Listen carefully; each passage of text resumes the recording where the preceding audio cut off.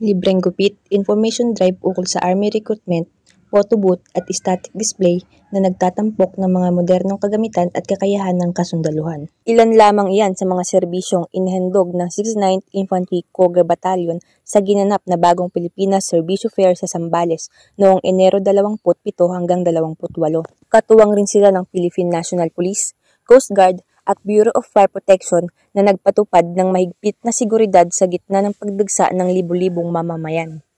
Isa ang Cougar Battalion sa 86 na ahensya ng gobyerno na nagsabay-sabay na namahagi ng tulong at serbisyo sa magkakahiwalay na lugar sa Zambales. Kabilang dito ang cash aid, livelihood program, scholarship, diskwento caravan, agricultural products, mga pabahay at iba pa.